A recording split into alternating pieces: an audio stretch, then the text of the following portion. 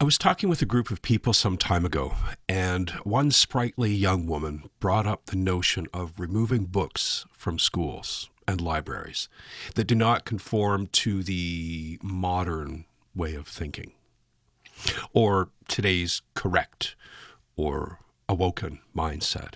She even went so far as to say they should prioritize a means to digitize these books and edit out the parts that would make today's modern people uncomfortable.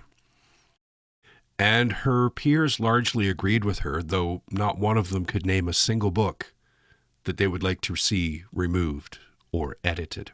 Somehow, I think they expected me to jump on their bandwagon of offhanded damnation of hundreds, if not thousands of years of literature.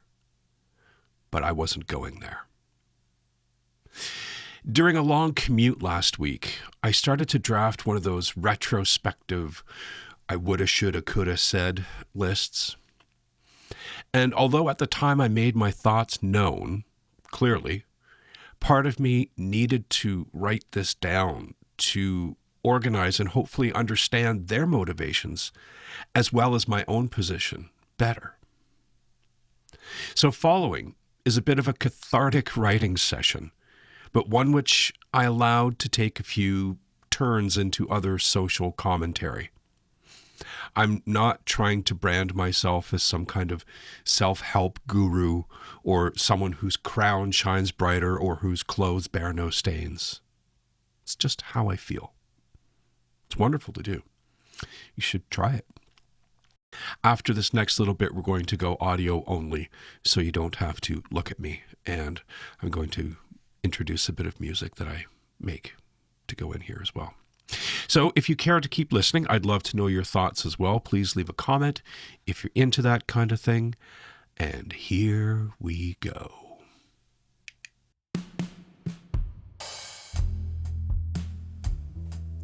I would suggest that if you're feeling the need to rewrite history by editing the books in your libraries, you should pause for a moment and consider the value of learning from our collective past, that of our errors, misunderstandings, and those things which were not only commonly held mindsets, but were also taught as facts in school and were accepted in social gatherings. Things like medicine, diet, social hierarchy, education, and financial wealth. Editing history will not change what has happened. Rather, take that roiling energy of yours and write your own book. One which can show people how to let those old and outdated ways remain where they belong, in the past. And do not speak ill of those who have come before you with their own writings and works, no more than you would accept somebody else's critique of your behavior when you were also very young. You may wholeheartedly disagree with someone or something, but that does not give you the right to erase it from history.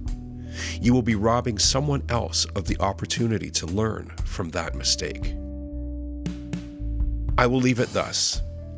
Close your mouth, open your mind, and write your own book for the future, for the past is not yours to change.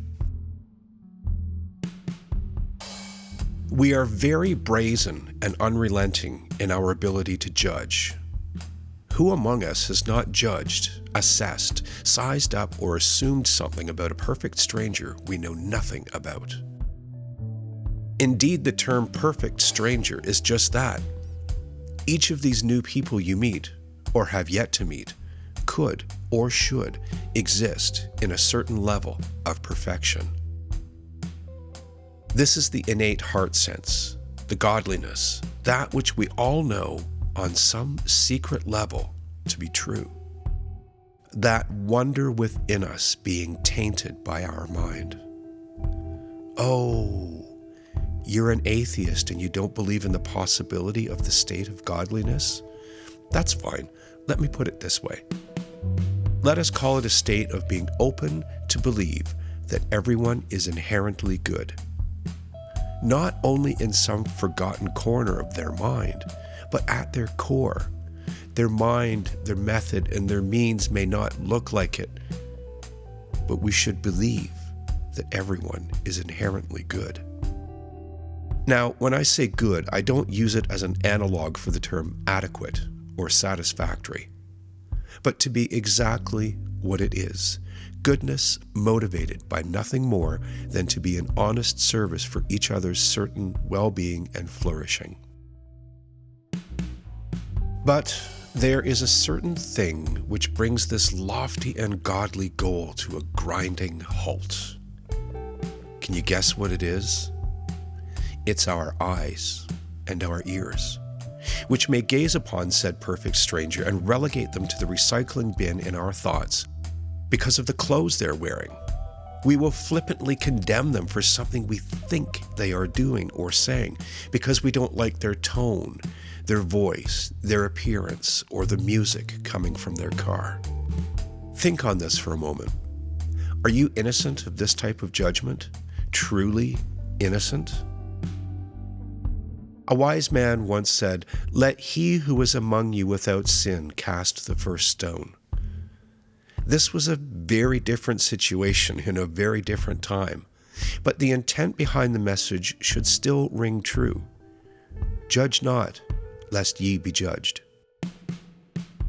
I'm not going to quote the Bible over and over again. I am not a by-the-book Christian, but you might agree that this statement carries some weight of truth. We all have a lot to learn. No matter how virtuous you feel you are, there are still countless lessons to be learned.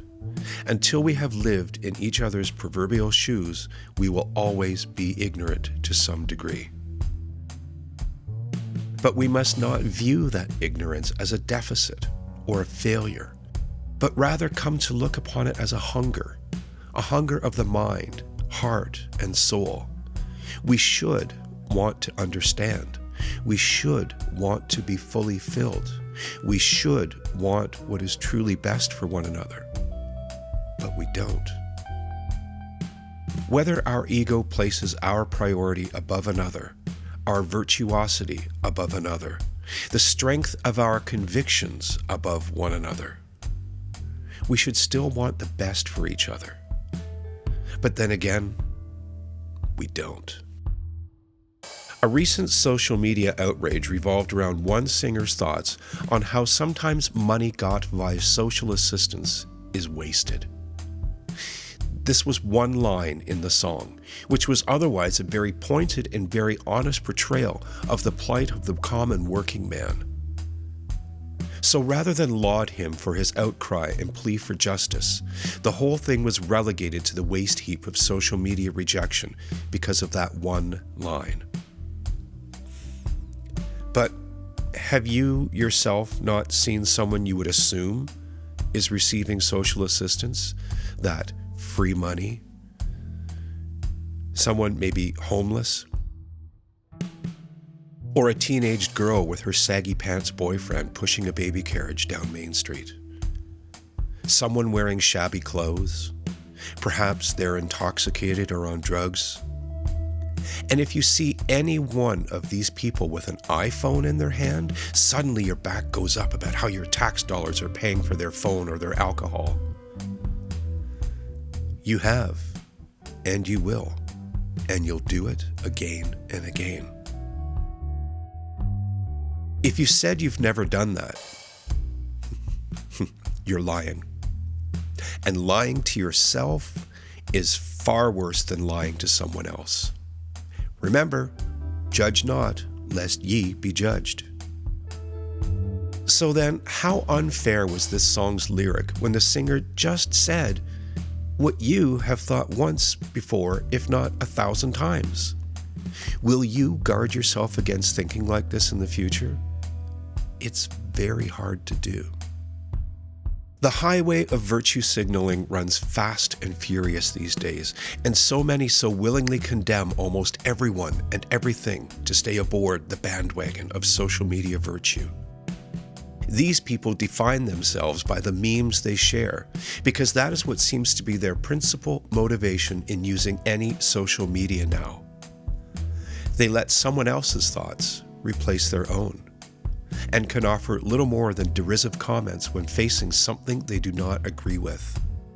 They simply cannot accept that someone holds a belief different than their own, while they take no issue with lashing out against people who express differing opinions or thoughts.